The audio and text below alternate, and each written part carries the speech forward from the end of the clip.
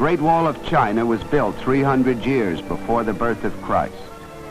It stretches 1,500 miles across the breadth of China, 20 to 30 feet in height, and 15 to 40 feet wide at the top, over hills and through valleys.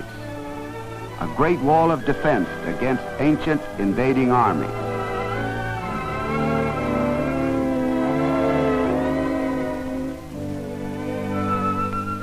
Just before it reaches the sea, it passes within 35 miles of Peiping. Peiping, or Peking as it used to be called, was built in the 15th century, the same century in which Columbus discovered America. It is an ancient city and the most beautiful in China. There are walls in Peiping too, a wall around it, walls inside it, even walls around individual houses. But these walls of defense were not the only walls in China. There were other walls too, walls of fear and superstition, and they served to isolate this great nation from our modern world. But today things are changing.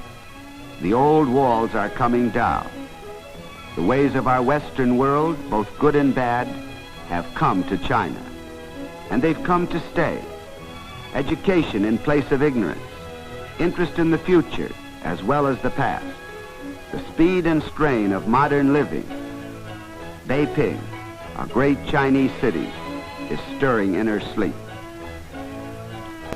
Here, away from the main business section, are the hutongs, the walled alleys where the people live.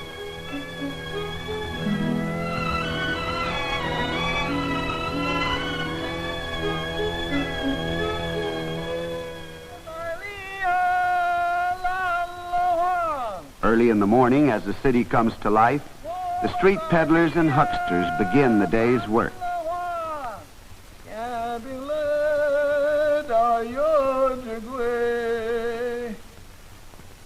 Each type of vendor has his own distinctive street song, accompanied by a rhythmic beat on wood or metal, sometimes a drum or bell.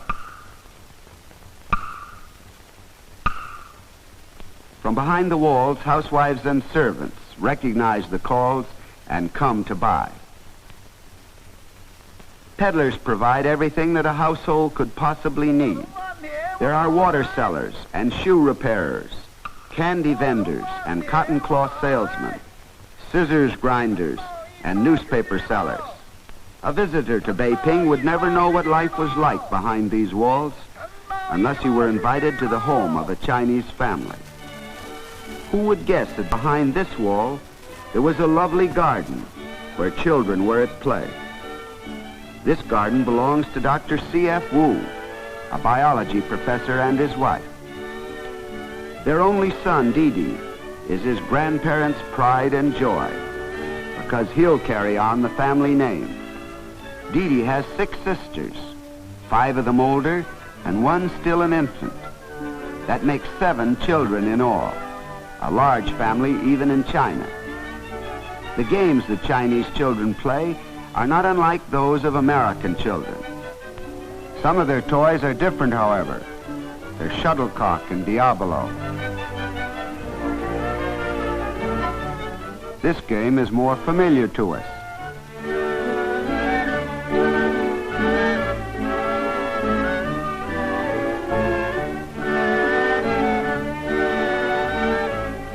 But children in China go to school too, if they're lucky. In this family, the teacher is mother herself. The family food budget was so limited because of inflation that Dr. Wu decided that the only way the children could be kept healthy on their meager diet was to control their activities and conserve their energies. Since this could only be done by close supervision, Mrs. Wu decided to teach them herself.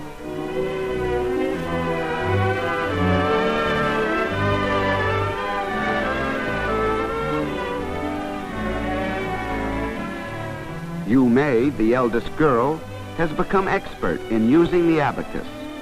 This may look like a toy, but actually it's a sort of adding machine which can be used to subtract, divide, and multiply with lightning rapidity. Yu Mei's education is on Mrs. Wu's mind these days. She's taken the girl as far as she can. It's time now for Yu Mei to go to a regular school. But that costs money, and the Wus have little. If arithmetic in China is easy, learning to write is extremely difficult. There's no alphabet, and each word is represented by a separate and complicated design called a character, which has to be memorized down to every last curlicue. To read a Chinese newspaper, you have to know from 5 to 10,000 characters. A well-educated Chinese knows about 15,000. It's no wonder that scholars have always been the most respected people in China. In addition, children study other languages than their own. The most popular language is English.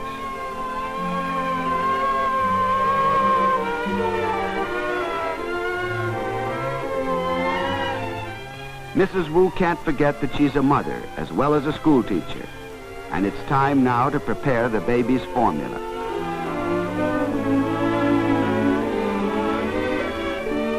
Yes, Mrs. Wu is a busy woman, and naturally she's grateful that she has a cooperative son. Didi may be too young for school, but he's an old hand at being nursemaid. Even nursemaids like to have fun, and Didi has just heard a street vendor singing a song that he recognizes immediately. It's the song of the Monkey Man, and it's music to his ears.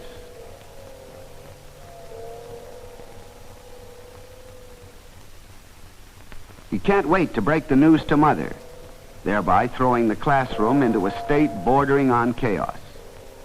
The school teacher knows when she's licked, and class is dismissed.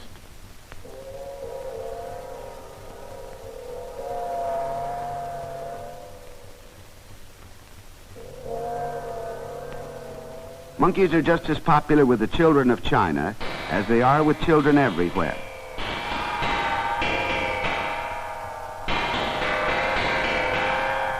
This one has obviously been to the Chinese theater and noticed that Chinese actors wear masks.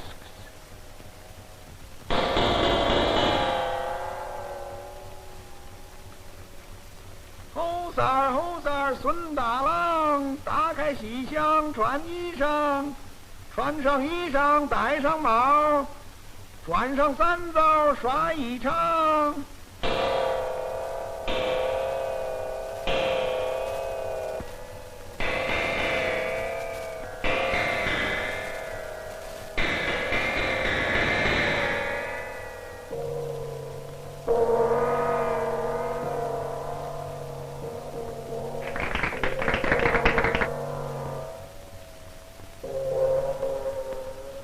Suddenly, Yu Mei remembers something. Her mother asked her to tell her father that lunch would be early today, because this afternoon their Amma is taking them to the Winter Palace Park. On her way to her father's laboratory, she has to pass through the courtyard where her grandfather and grandmother live.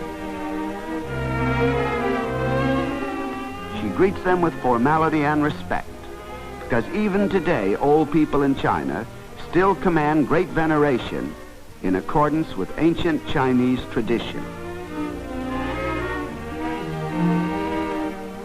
Dr. Wu and his assistant are hard at work making microscope slides for college classes. Teaching jobs are scarce since the war, and so this is the way Dr. Wu earns his living. The microscope was borrowed from a university.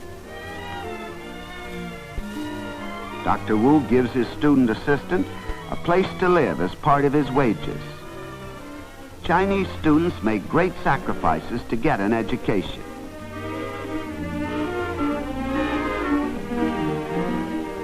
Meanwhile, lunch is being prepared. Turnips are more plentiful and cheaper than most vegetables in Peiping, and consequently are part of almost every meal.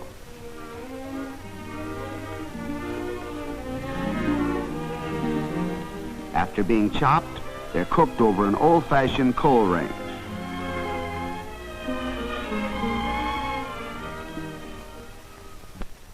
There are no modern conveniences in Chinese kitchens, often not even running water. All drinking water is boiled to prevent disease, and is usually drunk hot. This servant or ama may seem like a luxury, but most middle-class families have one. She's considered part of the family, and they feel as responsible for her as for a close relative. At last, luncheon is served, a frugal luncheon, and yet the big meal of the day. In quantity, it may seem substantial, but in caloric value, it is dangerously low. There's 1 egg for 10 people, and it's given to the old folks, but they prefer to give it to their grandson, to a young life just beginning, to the boy who will carry on the family name after they have passed on. In keeping with Chinese custom, Mrs. Wu serves her husband's parents. Chinese family life has a kind of quiet dignity and graciousness which is sometimes missing in our busy Western world. Before the war, bread in middle-class families was made of wheat, but now almost everybody eats wo-wo-to, the cornbread of poor Chinese peasants. Even in good times, meat was used mostly for flavoring. Now, there's no meat at all.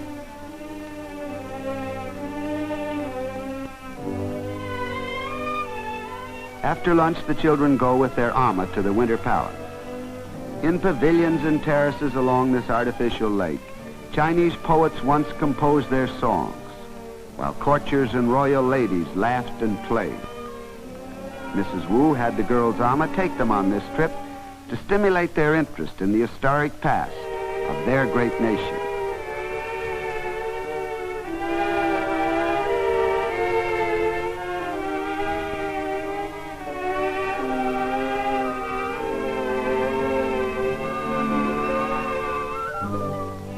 But the girls are interested in the present, too, in the life that is going on around them, in short, in anything that's alive, even if it's only ornamental goldfish and carp.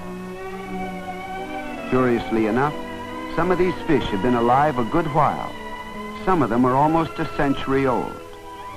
Though they began life as the pets of emperors and princes, they have passed into the hands of the common people, reflecting in their way the story of China itself, ancient and modern.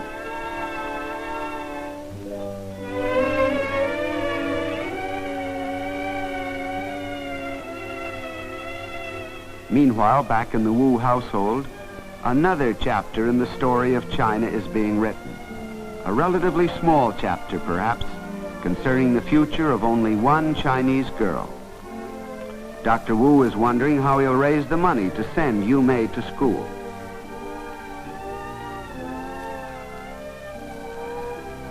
He considers selling his Phi Beta Kappa key and the fraternity key he received at an American university. But they would hardly bring enough. Mrs. Wu has a better idea, her jewels. Most middle-class families in China had to part with their most cherished possessions in order to live during the war, and the Wus have only a few left. It's a big question. They may need these jewels later on to sell for food.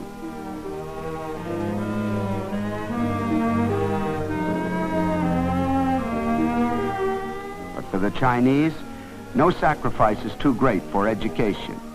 They prize it traditionally, but also because they realize its importance for their nation's future.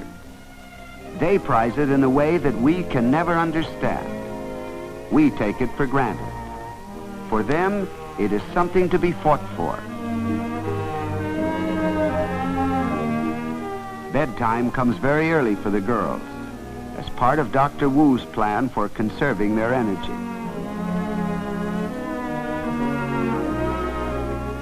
Americans might find these beds a little uncomfortable. There's no mattress, just boards covered by a quilt. But Chinese children learn to like their hard beds. In fact, some Chinese students who visit America complain about the softness of our beds and prefer to sleep on the floor. The mosquito netting is necessary in Peiping because the malaria mosquito still exists there. And now it's time for sleep.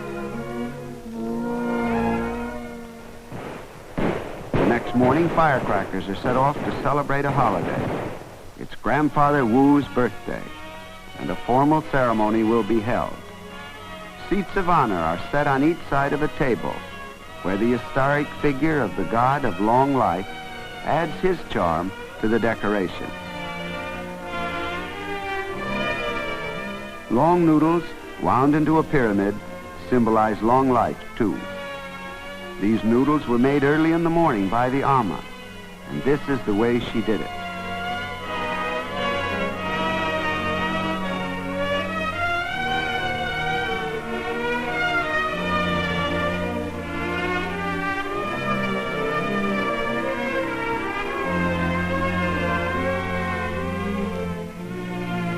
Long noodles are as important to a birthday party in China as a birthday cake is to us, and just as much care is taken in their preparation. Later on, these noodles will be cooked and eaten. And there's another dish of uncooked food on the altar, peach bread. Bread that's been molded and colored to look like peaches. Peaches, too, are symbolic of a long and happy life. Meanwhile, everybody is getting ready for the ceremony of greeting grandfather and grandmother.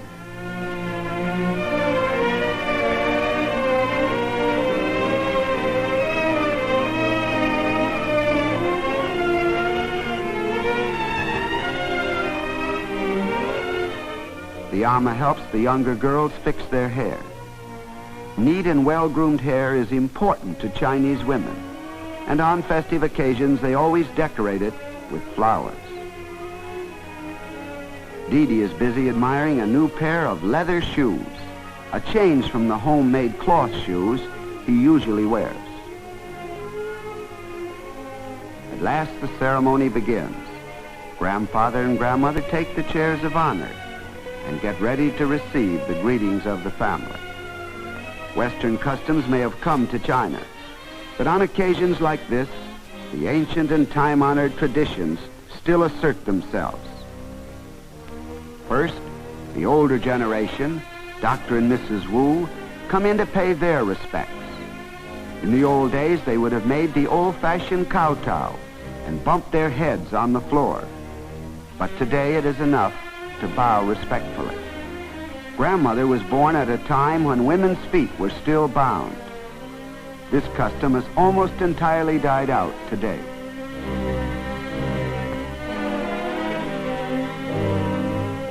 And now the next generation, the children, pay their respects. Dee Dee is on his own for the first time. Last year he did it this way. Even babies pay their respects on a grandfather's birthday. That afternoon, Grandfather, who was obviously in a holiday mood himself, decides to give the girls a treat. A treat in Peiping usually means an outing. The trip today will be to the Temple of Heaven, the most beautiful example of religious architecture in the whole of China, and another monument to man's belief in a power beyond himself, no matter what his creed.